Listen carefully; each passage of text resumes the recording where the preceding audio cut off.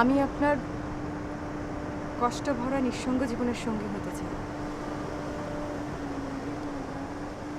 দেখুন, ইমোশন থাকা ভালো, কিন্তু ইমোশনালি এমন কোনো সিদ্ধান্ত নেওয়া উচিত নয় যেটা ইমোশন দ্বারা তাড়িত। ব্যাপারটা বোঝাতে পারলাম? আমার সিদ্ধান্তকে শুধু ইমোশন বলা আপনার কিন্তু ভুল হচ্ছে।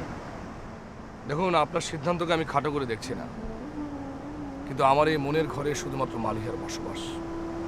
সেখানে অন্য কারো প্রবেশ আমি চিন্তাই করতে পারি না। এত মেপে ঝেপে বাকি জীবন চালাতে পারবেন? কেন পারবো না? মালিহা যদি আমাকে ছেড়ে একা একা থাকতে পারে, তাহলে আমি কেন থাকতে পারবো না? আপনার স্ত্রীর জীবন 5 বছর আগে এই সমুদ্র কেড়ে নিয়েছে। তারপর থেকে প্রতি বছরই ছুটি আসেন এই সমুদ্র তীরে। আপনার স্ত্রীকে ফিরে পেয়েছেন? সারাটা জীবন ধরে আসলেও তো আপনার স্ত্রীকে ফিরে পাবেন না।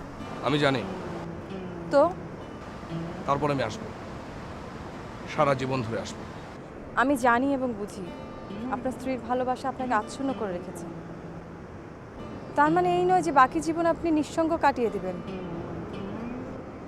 হয় না, হতে পারে না। আমি তো পারছি। এটাকে পারা বলে না। আপনি নিজেই তো বলেছেন যে আপনি স্বাভাবিক নন। বলেছি। একটা কথা বলবো? বলুন। মানুষের জীবন অনেক বড়। জীবন কখনোই কারোর জন্য থেমে থাকে না, কিন্তু আপনি থামিয়ে রেখেছেন। এটা স্বাভাবিক নয়। মানুষের জীবনে প্রতি মুহূর্তে ভালোবাসা জন্মায়। একে অপরের ভালোবাসা নিয়ে আমরা বেঁচে থাকি। আপনার কথা শেষ হয়েছে?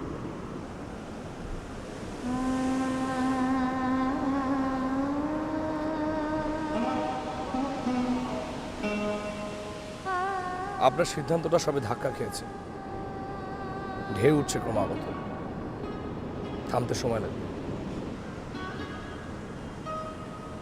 তত্ত্ব কথা দিয়ে বোঝাতে চাচ্ছেন? আমার ভাবনাটা শুধু আপনাকে জানিয়ে দিচ্ছি।